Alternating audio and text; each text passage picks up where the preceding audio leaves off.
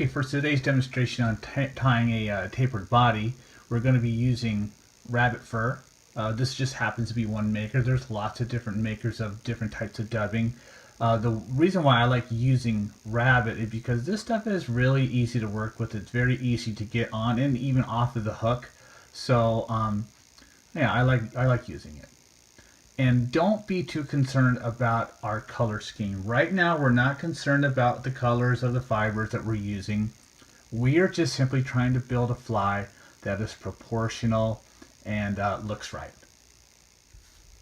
Now, one of the things you might want to do when you're preparing to put the dubbing onto the thread is get it arranged in sort of a configuration like this. Now, you'll notice I've got it kind of in a line here with it very thin on this end and thick down here.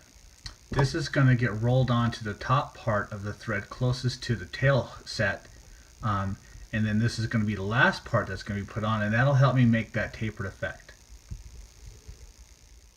Okay, now once you have your dubbing pretty much prepared, now you're ready to kind of put it onto the thread. What you want to do here is when you go to put it on is one, you can get your fingers just a little bit wet. Start at the top and really squeeze down onto the thread and twist. And if you notice, I'm going counterclockwise here.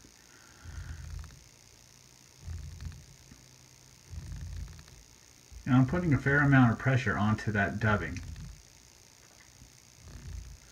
Why you want to put it on counterclockwise, in other words around this way, is because as you tie, it'll start to become tighter and tighter as you go instead of loosening up as you go.